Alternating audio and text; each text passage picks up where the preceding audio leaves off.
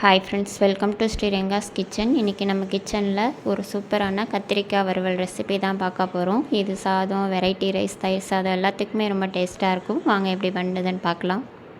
பண்ணுறதுக்கு ஒரு கடாயில் 3 டேபிள் ஸ்பூன் எண்ணெய் விட்டுக்கலாம். எண்ணெய் நல்லா சூடானதும் 1 டேபிள் ஸ்பூன் கடுகு நல்லா பொரிஞ்சு வரட்டும்.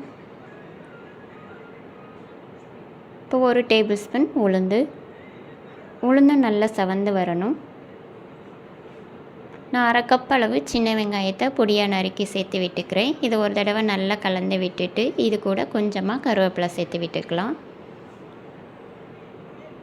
இப்போ வெங்காயத்தை நல்லா வதக்கி விட்டுக்கலாம். சின்ன வெங்காயம் சேர்த்து பண்ணிங்கன்னா நல்லா டேஸ்ட் கொடுக்கும். சின்ன வெங்காயம் இல்லாத பட்சத்தில் ஒரு பெரிய வெங்காயத்தை பொடியாக நறுக்கி சேர்த்து விட்டுக்கோங்க.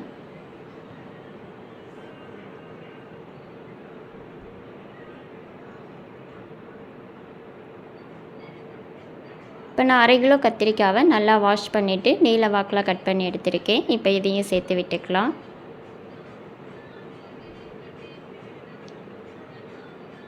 இப்போ இதில் 1/4 டேபிள் ஸ்பூன் மஞ்சள் தூள், 1 டேபிள் ஸ்பூன் மிளகாய் தூள் சேர்த்து விட்டுக்கலாம்.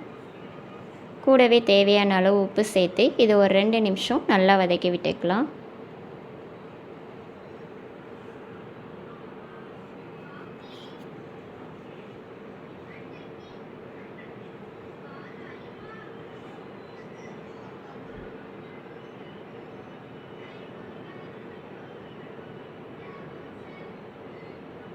இப்போ பாருங்கள், மசாலாவோட பச்சை வாசனை போய் நல்லா வதங்கி இருக்குது. இந்த ஸ்டேஜில் இது கூட 1/2 கப் அளவு தண்ணி சேர்த்து விட்டுட்டு இதை ஒரு தடவை நல்லா கலந்து விட்டுடலாம்.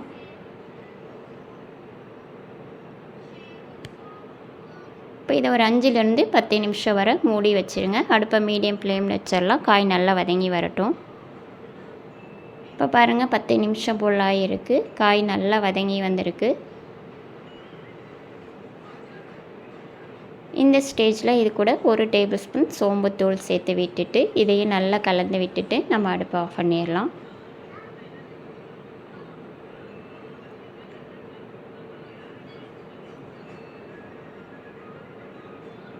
அவ்வளோதான், நம்மளோட கத்திரிக்காய் வறுவல் சூப்பராக ரெடி ஆகிடுச்சு. நீங்களும் இதே மாதிரி உங்கள் வீட்டில் ட்ரை பண்ணி பாருங்கள். உங்களுக்கு இந்த வீடியோ பிடிச்சிருந்தால் லைக் பண்ணுங்கள், ஷேர் பண்ணுங்கள், கமெண்ட் பண்ணுங்கள். மறக்காமல் சப்ஸ்கிரைப் பண்ணுங்கள். தேங்க்யூ ஃபார் வாட்சிங்.